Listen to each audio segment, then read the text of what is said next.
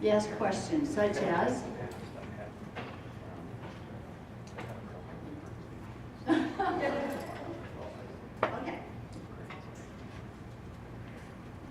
I think a lot of times that we get very anxious, even as teachers, because our students are very anxious. But in this particular school, in this particular setting, I think it's always important to remember the Lord and the Holy Ghost want this more than we do. And I think if we sometimes even get out of the way, we have a tendency to rely on our flesh and assume that all the responsibility is ours to make certain things happen in our classroom. If we prepare the best we can, if we have passion, if we have desire, and if we have a will to make this a positive year, that's all that's required. I don't think we have to do better than best, or do more than we're able to do. One thing that came to my mind is about this, the ultimate aspect of sitting in sacrament, you 6 kids, 10 girls, and at least every other night, something to talk to, no world back, no thing. What does that tell 8, 10 girls? And they have no way to think like that. The world is terrible. Yeah, they hear that a lot. That's not just a sacrament meeting, that's what the youth of this generation are hearing a lot. And then how do we counterbalance? Okay, let's just stop at that one. How can you counterbalance that? Uh-huh.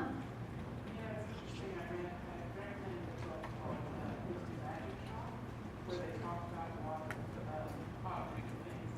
And one of the parts asks, what is your self-talk? Like, what is your brain saying all the time?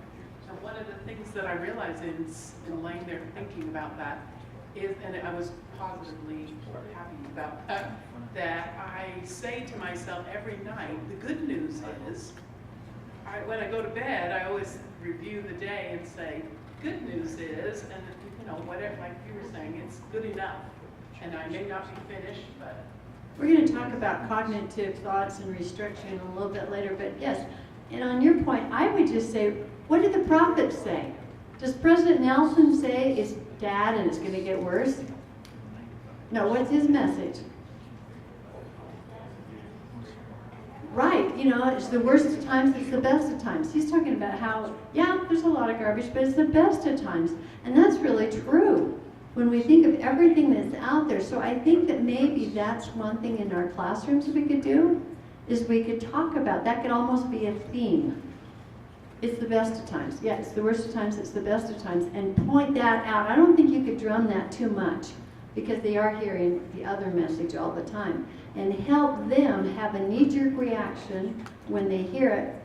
I don't know, if it were me, in my classroom this year, I'd probably have that on the front of my bulletin board, right up front. Worst of times, best of times. Depends on where you want to focus it, and then help them see that constantly and point to that. All right? Yeah. I teach middle school, and this is year 20. I teach middle school.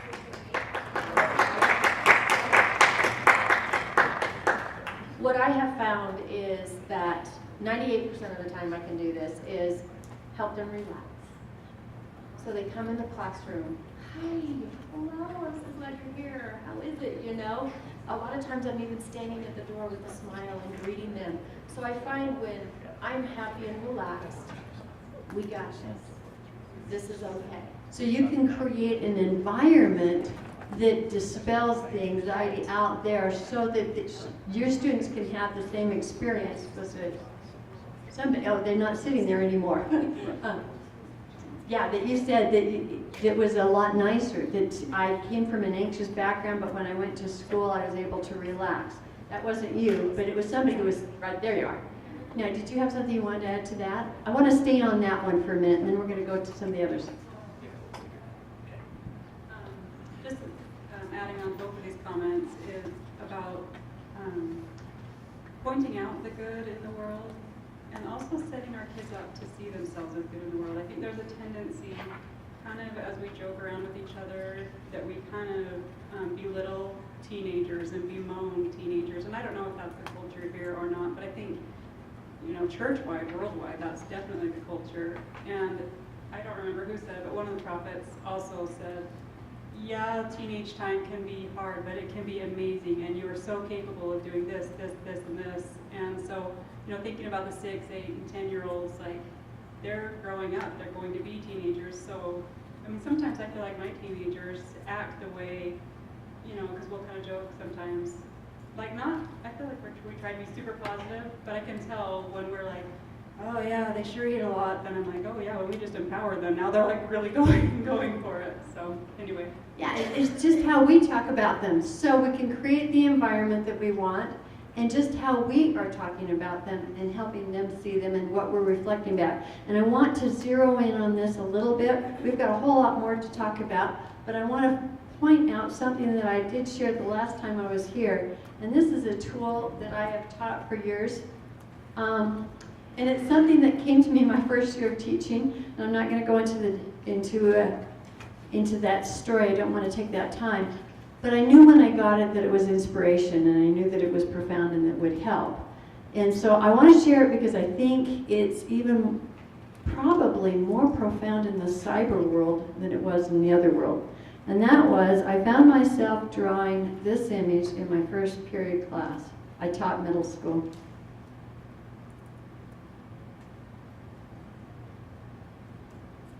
What's that? All right, have you ever been on a teeter-totter down here when this guy decided to hop off? No, excuse me, have you ever been up here when this guy decided to hop off? What happened? Yeah, wipe out your ankles or whatever? So in junior high, especially middle school, kids spend a lot of time putting each other down in an effort to raise themselves up.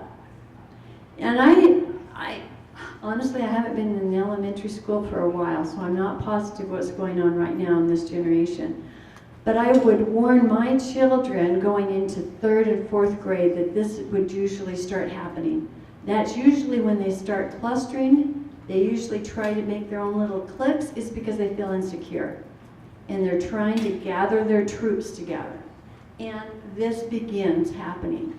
And I warn my children, especially my oldest daughter, and I say, okay, this is what's going to happen, and this is why they're doing it, and just enjoy the show. You don't have to get involved. And I knew that that little talk helped, because when I went back to parent night, they said, oh, Michaeline is so mature. Well, what do you mean? Well, she never gets wrapped up in the da-da-da-da-da-da-da. So just that one intervention that I had of warning what was going to happen and how not to get involved, totally, and I know it worked because I had the exact same experience on my second daughter. Same thing, went back to school. Oh, Emily is so mature. What do you mean? Da-da-da. It was like a mirror image of what had happened before. So my point is people, we all want to be up here, and we falsely try and do this, and this is what's happening in cyberbullying. And with cyberbullying, there's they're lacking empathy, and they're engaging in this, but their real effort is trying to get love in all the wrong places, trying to feel good about themselves. So what I've learned, which is true across time, culture, and all religions, is just this principle.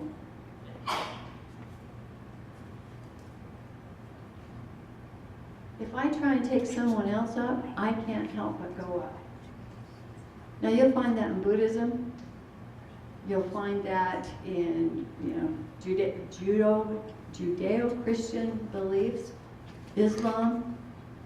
This is a true principle. Everyone recognizes it. You know it immediately. So the point is that you have to help students to start doing this, and this will take care of itself. You can't get rid of one behavior without substituting another behavior. All psychologists will be able to tell you that. If you're trying to get rid of one thing, you have to substitute a good behavior. So in my classroom, after we'd had this discussion, we outlawed teeter-tottering. We said we want to have a teeter-totters-free zone. We want a warm, caring environment in my classroom where they don't have to feel anxious.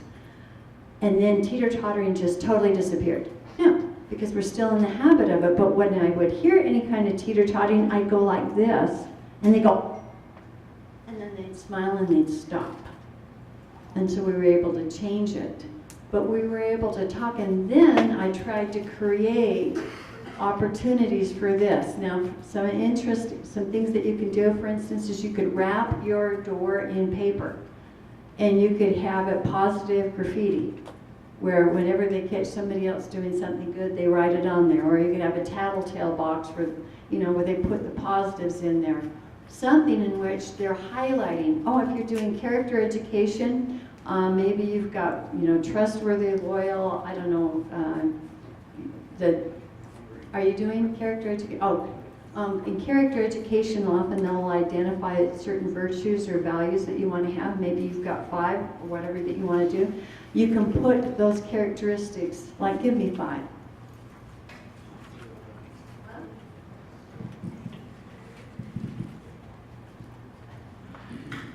Okay, I'm just going to say trustworthy.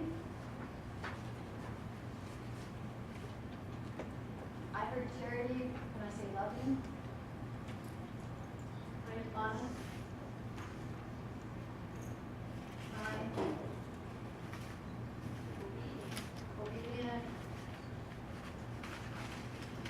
It can be any characteristics you want. You can think about them, and if you were to highlight those around the board, around your wall in your classroom, then every time you find somebody who's exemplifying these characteristics in your reading, in your literature, or in your science, any scientists that happen to show that, or in the classroom, you highlight that. Now, have you ever done the pat on the back experience? Do you know what I'm talking about, the pat on the back? Where you put a piece of paper on your back, and everybody writes something positive about everybody else on their back, and you go around in these little trains, kind of. You're looking at, raise your hand if you know what I'm talking about. Okay, talk to them. But you put tape on your back in the classroom, and then you tell the students, everybody has to write something positive about everybody else on their back.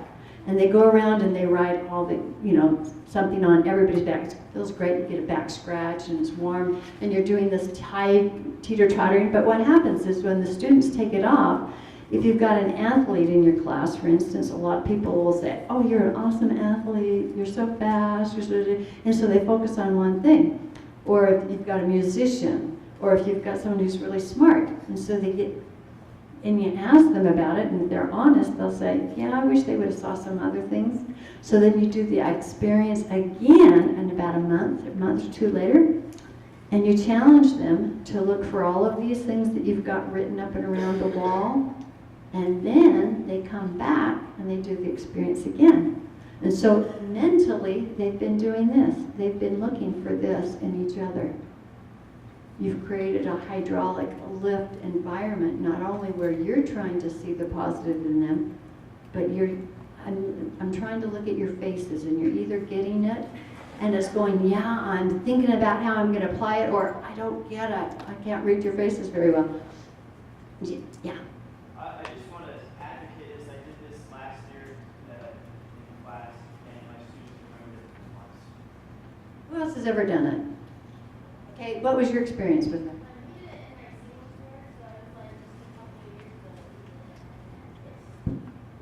So it's still to this day, since doing it in my singles word a couple years ago, I still have it in my journal, all the things that people said about me.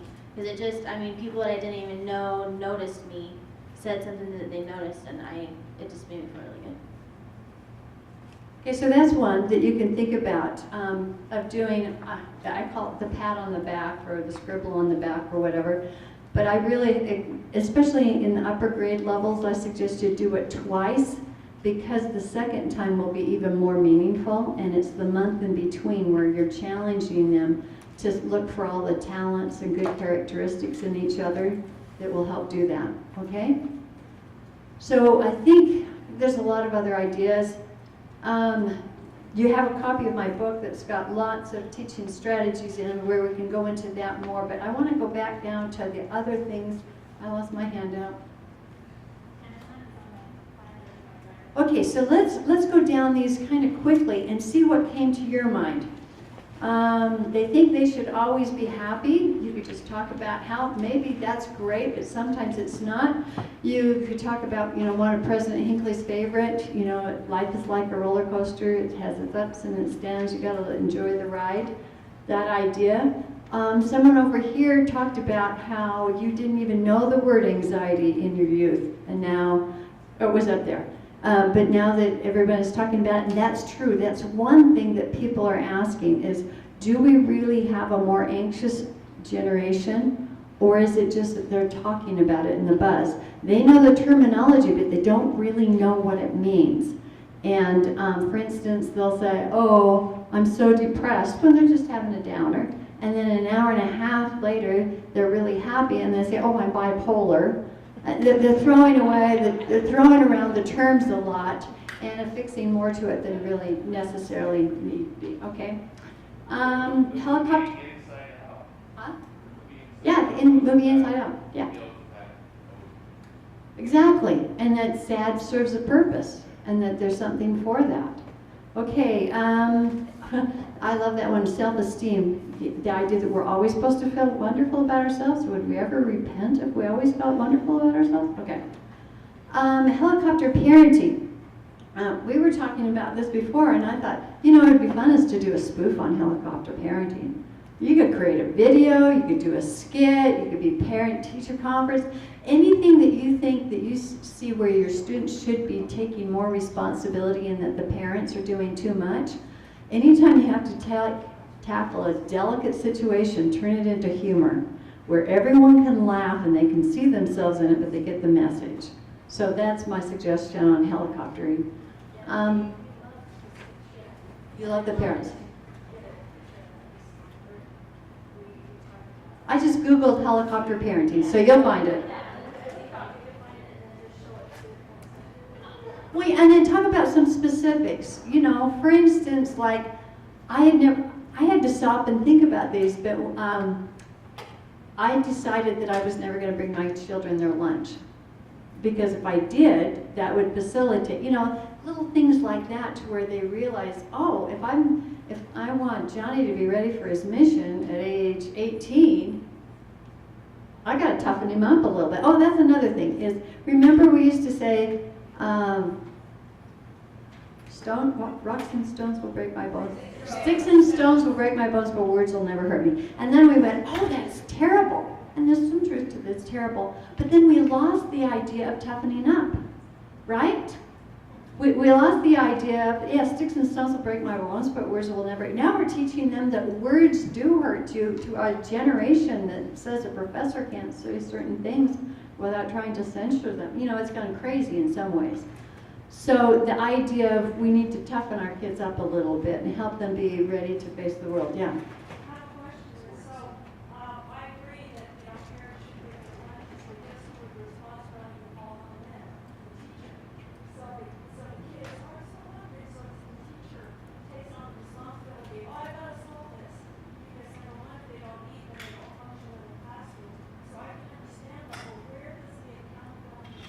You've got a great question. I know the answer. And I was not trying to imply that everyone should not bring their kids to lunch. I was just talking about the point of thinking about helicopter parenting, what is, what isn't, how do I help my children stand on their own feet. And you got some great questions, and I think those are great questions to bring up with your parents in discussions and figuring those out. Yeah, I don't have all the answers, that's for sure. Okay, let's move on really quickly. Worldwide competition. I can only tell you, has anybody got a great one on this? Did anybody come up with something? I'm on down to worldwide competition.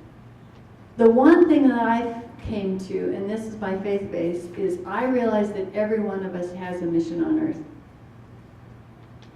And we were sent here to succeed, not fail. And I got to where I felt like if I was doing my best, then I could relax. Now you can never do your best. But my reasonable best, then if I didn't have a high enough ACT or SAT or whatever, I was going to end up in the school I ended up needing to be, and that's what I taught my children. Another thing I did is I had a perfectionist first child, and she got a B. She's really, well, it was a teacher. He decided he was only going to give out 2 A's the whole year, and so she did not happen to earn one of those 2 A's. And she came home and was extremely angry and mad about ruining her perfect 4.0. And I said, congratulations, you now no longer have to be perfect. And I literally threw her a party. We went out to dinner, which we were not in the habit of doing. So I would not necessarily do that for every child, but for that child it was appropriate. So anyway, that's what we talked a lot about, is that you will get into the school, the doors will open, Heavenly Father's going to help you fulfill your mission as long as you are keeping your covenants and doing the best you can. You can count on heaven helping you. There's another thing I do, and I am teaching my grandchildren. I'm really concerned about them now, and their age, they range in age from 6 to 1. I have 10 of them. They're all in my house right now. Crazy time. But I want them to know their ancestors, because I believe in, we just did an Old Testament review, not Elijah, and how he said, please, Heavenly Father, take the veil off this young man so he can see that there be more that be with us than be with them. And that scripture resonates with me, because I think I want my grandchildren to recognize that their ancestors, their others, the other side of the veil is more than the world anxiety that's pushing on them. I want them to know their ancestors by name and have a personal contact. So I've created story dolls to where I have a doll for each of the past 2 generations, to where they can play with them, get to know by name, know their stories, and can visualize, kind of like the Colville incident, remember? Where they came down, angels came down to, I think that that's happening in more than an explosion. I really think that that's why this generation's going to be fine. And I was more stressed out over raising my children than I am about my grandchildren. Worst of times, best of times. So that's another thing, is kind of sharing those 2 ideas. The Lord has a mission for you. It's going to be fine. Do your best. And you have people, there are guardian angels round about you, helping you in every way. Another thing that helps for me a lot is the temple. There is a field force, I swear, going to the temple regularly. The prophets talk about power but for your youth, if they can get to the temple, I don't want to tempt fate or Satan here, but I literally feel like in like Star Trek, and they put the force up so that ricochets off. I feel like that's kind of what happens when I go to the temple. What happens for me is when I'm leaving the temple, I don't have, my spiritual gift is not to feel presence of other people, or I've never had that for who I'm doing the work for. That's not my gift. But afterwards, I have noticed over years of trying to attend weekly that I'm just different. And when we were gone these 2 months, it was different. And I went, oh, I gotta get back to the temple. My force field's down. So those can help with that. Okay, pressure for good grades. I'm going to let you guys worry about that one.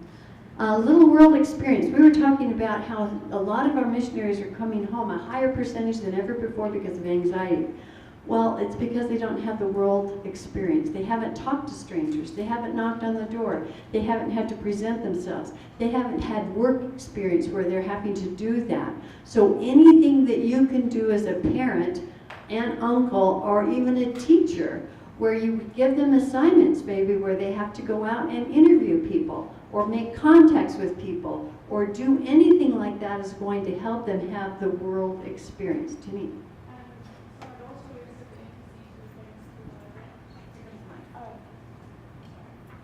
My daughter's a training supervisor at the MTC, so they've just changed the curriculum this week, and part of the curriculum is now part of finding and talking and teaching. Because traditionally they taught them what to teach and how to teach that, but not how to find.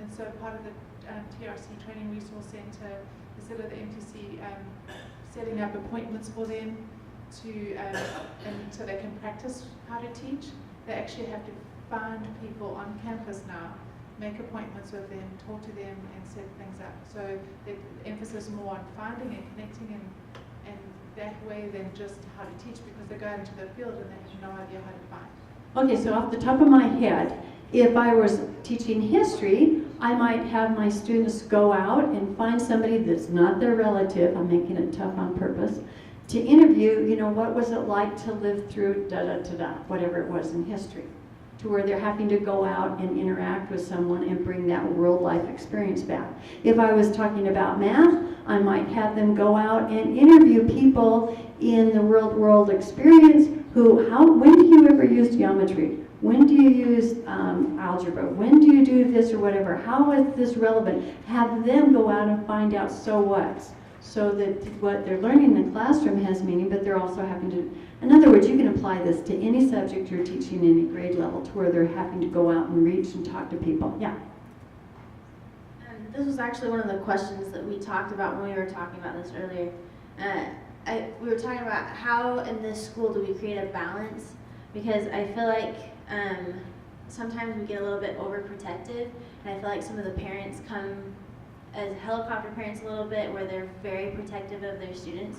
So how do we create a balance of still protecting the students from the world, but preparing them for the world?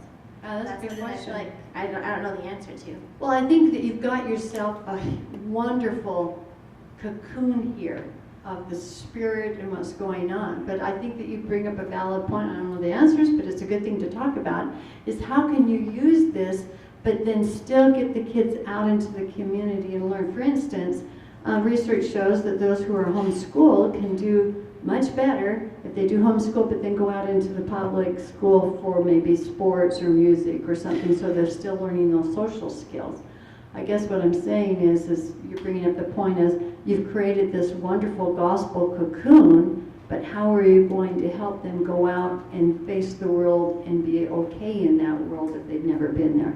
And I think that that's a valid point in the fact that I've just observed that, for instance, at BYU, we've had an unusually high number of basketball players come back early from their missions. And I've thought about that. And I don't know the answers, and I'm not blaming them or whatever. They're part of this generation that's having trouble with anxiety issues as they leave. But I think I know part of the reason, and that is to be successful in the basketball world at the collegiate level now, there's a huge commitment, huge time commitment. And so their world is their home, their school, and the basketball court, by and large. And so they don't have any worldwide experience. So for them to go out into that, they're okay playing in an arena with 25,000 people looking at them. That is not the same as just going up and talking to a stranger on the street. That's a whole different skill set. And so that's my point, is that you've got this wonderful cocoon, but you've also got to give them a real world skill set. So that's something to chew on for a while. Yeah.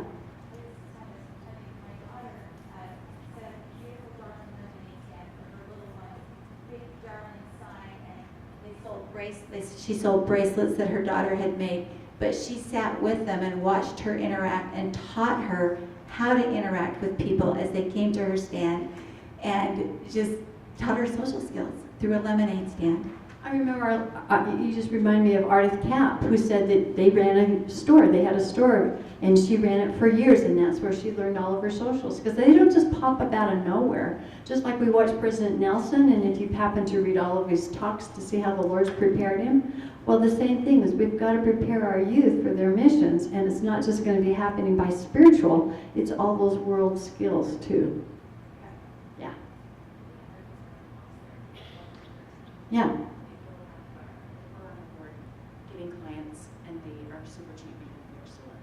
But they're in charge of collecting money and making appointments and calling the phone. She was talking about how she has her kids mow lawns. They have to go get their own clients. They collect their own money and do. There's 100 different ways of doing it. There's not one size. It's not a one size fits all. You're not going to all have lawnmowers or lemonade stands, but you can start thinking in your circle of influence. What can you do for the youth that you love to try and help them have some of that world experience? Okay, perfectionism, I think we've hit that. Self-absorbed, lack of sleep. Oh, this is one. I'm told you cannot have a pajama party here, but I'll throw out the idea and you morbid. For instance, sleeping, and just you should sleep more, you should. Well, why not turn it into a game? Some schools have, like running to the Capitol building by logging everybody's mileage, right, collectively. But, physical, and by the way, physical fitness, physical activity, is a way of bringing up all kinds of stress hormones, which is wonderful, which we're not even talking about. So anything you can do to have your students be physically active is good. But what if you had a sleep log? Maybe you could have one class compete against the other, and they have to keep track of how many hours they slept. So instead of, oh, I get to stay up late, it's like, I'm gonna get more hours than him. So somehow it's a fun competition with a reward. I suggested that the winning class get to have a pajama party, but you don't. What I meant is get to wear their pajamas to school, but maybe that won't work here. But somehow turn it into where it's a social norm, it's a social thing, something fun, to where you're trying to encourage them to get more sleep. Okay, oh, by the way, your brains develop most when you're a baby and when you hit adolescence. So adolescents think that that's the rite of passage, they get to stay up later, but it's actually when they need more sleep. And studies show that it does help to sleep in on Saturday for adolescents. I used to think my kids were getting lazy. If I'd only known this when they were teenagers, I wouldn't have given them such a bad time for getting that a couple extra hours in on Saturday. Yeah. I taught, I worked in some classrooms in Austin for a while, and I worked with this great group of teachers. There's in this elementary school, a 3rd, 4th, and 5th grade teachers that they had what they called the vertical team, and they worked together. One thing they did as far as physical, like every maybe Wednesday and Friday, or Monday, Wednesday, Friday, go out to our little track, and they would have popsicle sticks and have the kids, and this was for physical, for just, and you know, and have them run around the track, and they'd give them a popsicle every time they came around, and then ask for accountability when they came in, how many popsicle sticks did you get, and just run down. But it would just help them kind of engage and just, and be up and peppy and ready, and it wasn't with the sleep, but it was just with that physical activity just helped them in their learning. Thank you. Everybody stand up. Stretch to the ceiling. Stretch to your toes. If you dare. To your knees. Okay, to your knees. Stretch to your knees. Okay, run in place. Seriously, I want you to try and get your heart rate up. Okay, go ahead and sit down.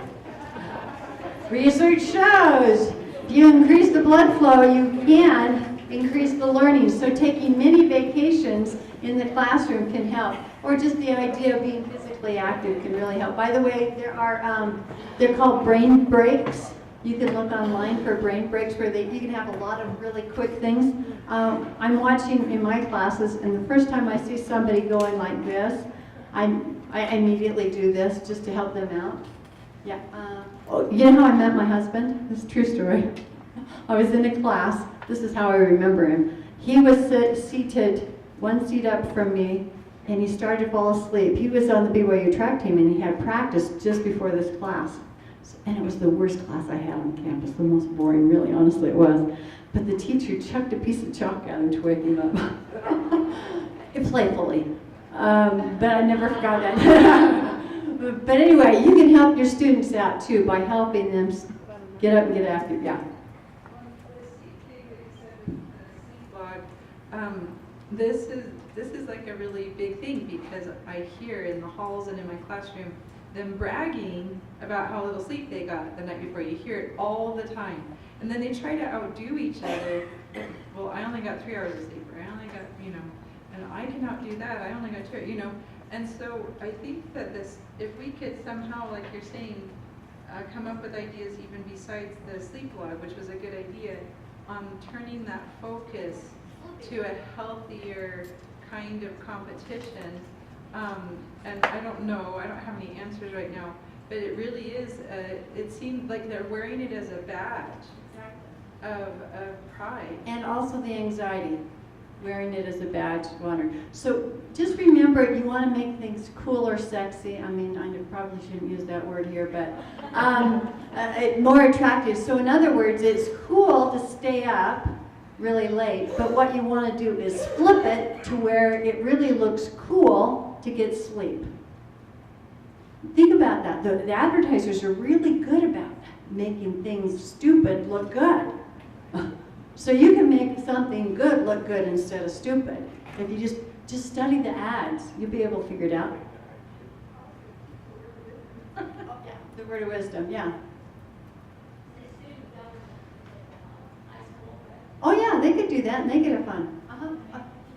I think in our, okay, I'll use this.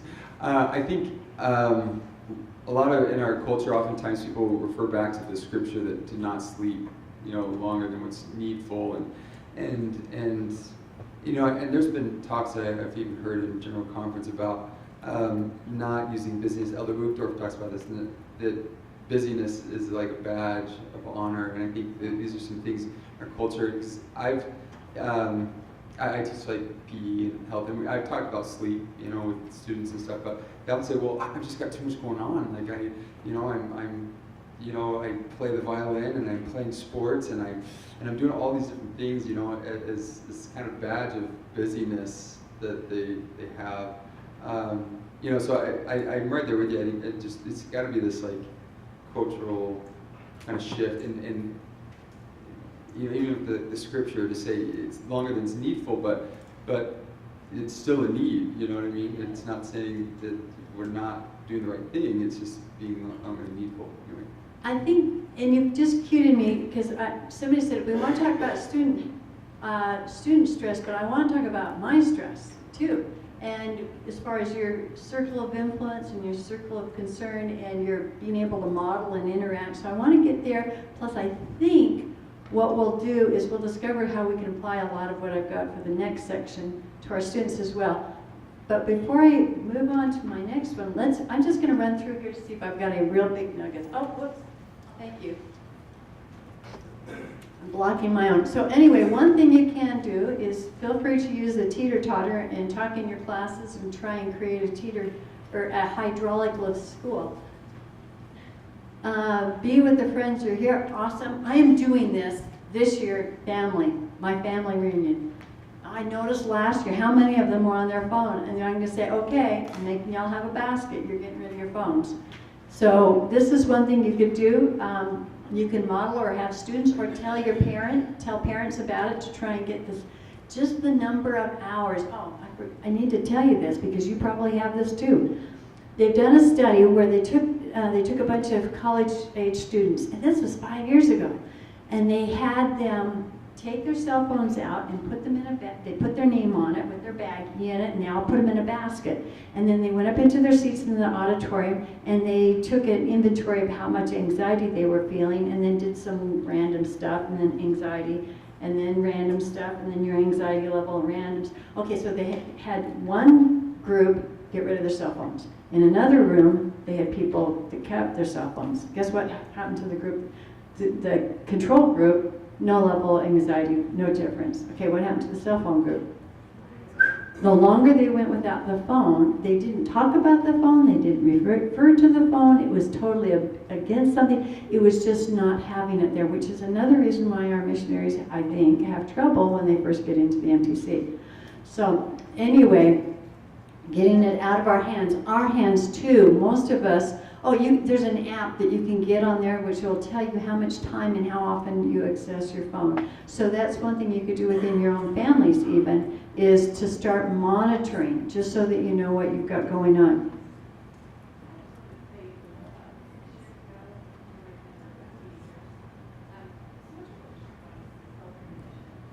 And anyway, our kids were probably 15 and 12 at the time. And they had cell phones just coming on the scene at the time. And but I'd read a talk by Elder Worthland, and he spoke about fasting, the law of the fast. And if you have teenagers that you're trying to help teach self-regulation to, I'm paraphrasing him here, that the law of fast is the way the Lord is designed to help facilitate that. And so we took that to heart in my home, talked about it with our kids, and used it as a teaching tool for not just helping the sick and the needy, but helping yourself. And how fulfilling it was to see them every single month. If they weren't quite at a full fast, we kind of incrementally led them that direction. But it just was like a light bulb for me. Just, of course, this is something that we do once a month. we show our self-regulation and we help ourselves while we're helping, you know, the rest of the Lord's children. So. Thank you. Thank you very much. And I also like how you pulled the focus to self-regulation, because is media bad? Why do we have all the media tools we have? The Lord gave it, made it because it's necessary for help us ushering in His kingdom. We're supposed to have all this stuff right now. We just need to know how to use it right. And that's one thing that somebody brought up, the goggles. Are the goggles bad? No, I just wanted to point out that Satan is all ready to use them for bad. And that you have to keep that in mind as they come out so that you're ready ahead of time rather than behind the curve. You know, he's already got it up and he's got problems going before you saw it coming. So that's my only point. Not goggles are bad, but just be prepared to deal with the bad part that can come with it.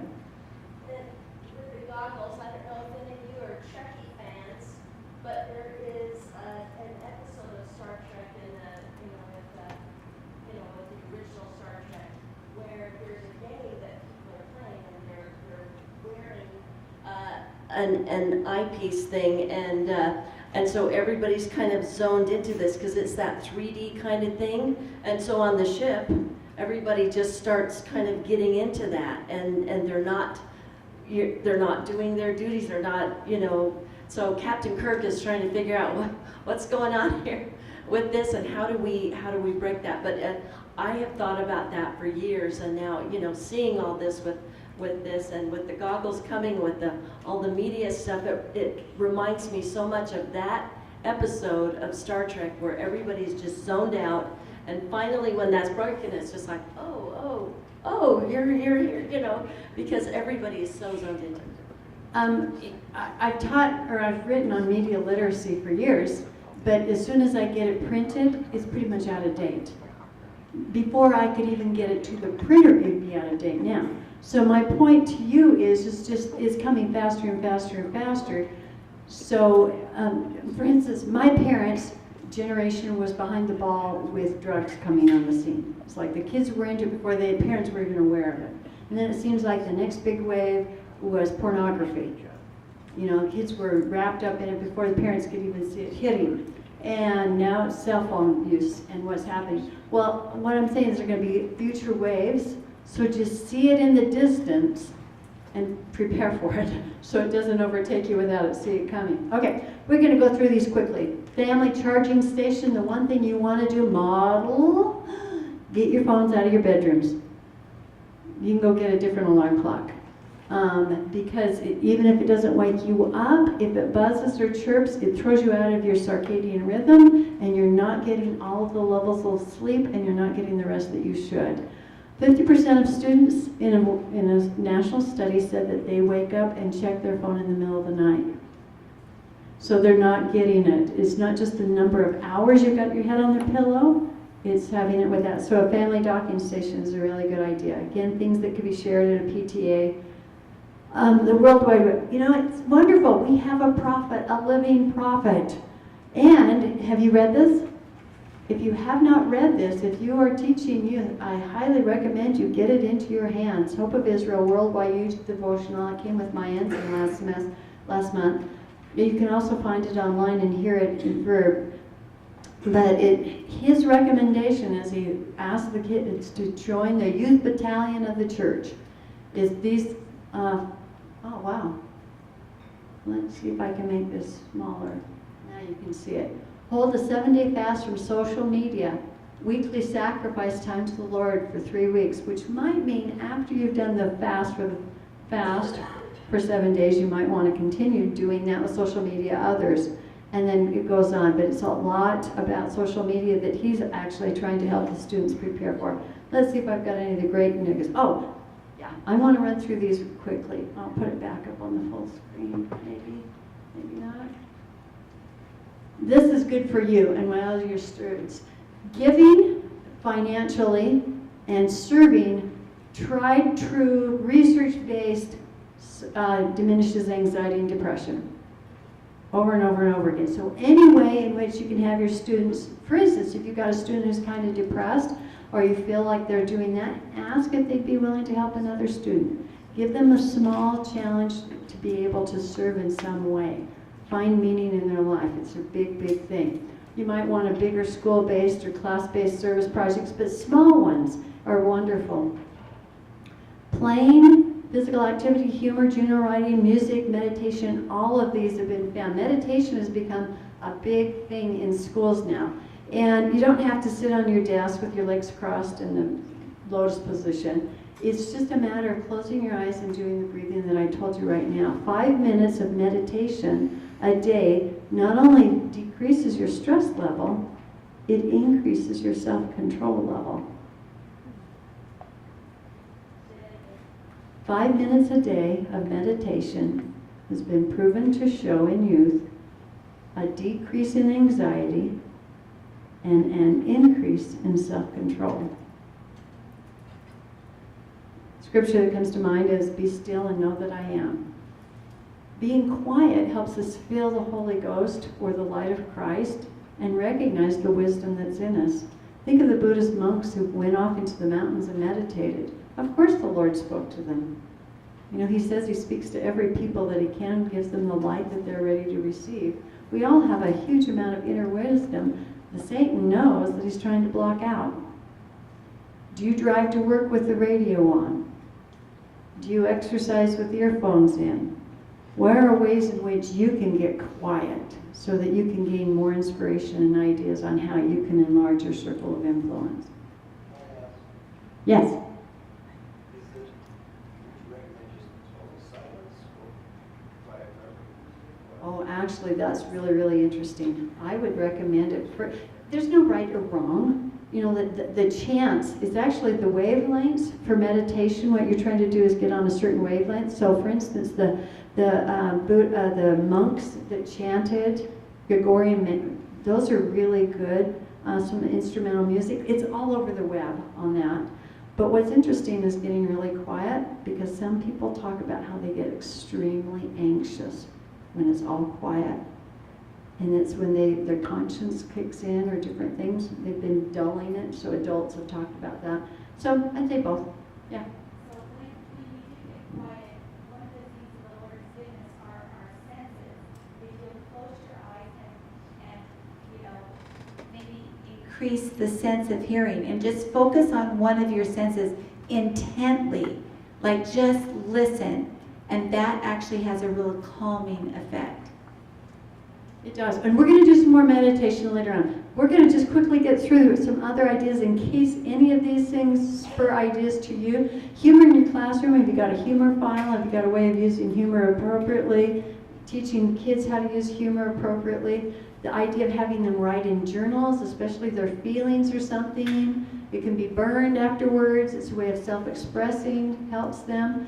I can highly recommend this book, which I'm presuming that you are already familiar with it. Talks about mindset, of how they're different thinking. But if you've got a fixed mindset, that's a lot more anxious than a growth mindset. The growth mindset is, I don't have to be perfect. I'm going to learn from my mistakes. Are you familiar with this? Is this new? I'm figuring that I'm just cueing on something that you've already done. That was all I wanted to do.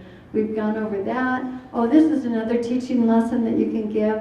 Is this, if you hold up a spoon and look in it, what are you going to see? Yourself upside down. If you flip it this way, right side up, what's the object lesson? When you're self-focused, you're upside down. When you're other-focused, when you're focused out towards others, you're right side up. So just an object lesson that you could use. Teaching study skills. Lots of times the students who do really well might not actually have a higher IQ. They've just figured out how to play the game a little bit better. Writing a book taught me how to read a book. I had no idea. I had a fourth grade teacher who did not like writing tests. So for sociology, he put us in groups and he had us take turns writing tests. And when it was your turn, you didn't have to take the test, but you had to come in, you had to stay during recess to write the test. I learned how to study from that. I started writing my own tests. And over time, it made it to where I could anticipate different kind of information, what it was going to be on, whether it would lend itself to multiple choice, true or false, whatever. And it taught me a lot. I'm not saying that that's what you should do, but I'm talking about just the mechanics of studying, taking time. Do you go through the book? Do you go from the front to the back? Do you have scripture tastes in your textbooks so that they know how to find information? They know how to find it on the web. Do they know how to use a textbook that way? So there's all kinds of study skills. I'll let that go for there right now. Taking tests. I had my oldest niece. They didn't discover she had dyslexia until she was in the 6th grade. And my brother was so excited that they finally had an answer. And then he became very frustrated. And he said, all they do is teach you to relax. They're teaching her breathing. You know, he wanted her to all of a sudden make this huge leap in learning what she had been struggling with. Well, what they were doing is they were doing the relaxation techniques, because what happened was as soon as they put something in front of her, she'd freeze up and she'd downshift. You know what I mean by downshifting in your brain? Cerebral cortex out here, it goes down to your emotional limbic system. She was doing that. Kids who don't like math, they're downshifting. That's all they're doing, is they're thinking, I can't do it. They freeze. Whereas if you can get them into a relaxed state and play a game or do whatever, all of a sudden the circulation is going and kids can learn. So one things, if you have kids who have test anxiety, is you can teach them just breathing. And a few other tricks that I've talked about before. You know, they'll say, I studied, I went in, I couldn't remember anything. It's test anxiety. They're downshifting, helping them learn how to do that. Anyway, I know you know all of that stuff. Now, it's not just diaphragmatic breathing. There's autogenic training, which is trying to warm up your hands. There's visualization and imagery. PMR is progressive muscular relaxation, and music and art can all help. Anything that helps you lose track of time is a relaxation technique. It's how your brain is shifting and going down to. And I'm going to talk more about that in a minute. I think I have just a couple of others. Oh, have you ever used The Power of Vulnerability by Brene Brown? That's awesome, especially for your upper grades, to talk about that, what she has to offer on that. Being open and honest and not necessarily trying to present our false best self in our social media. Talking about what true friendship is. Butterfly Circus, have you ever seen this one? It is about this man here who has no arms and no legs. And he is also, that's his name, you can Google him. He also has TED Talks that are extremely inspirational. He talks about how I maintain hope. And so those are some really good TED Talks that you can maybe get your hands on.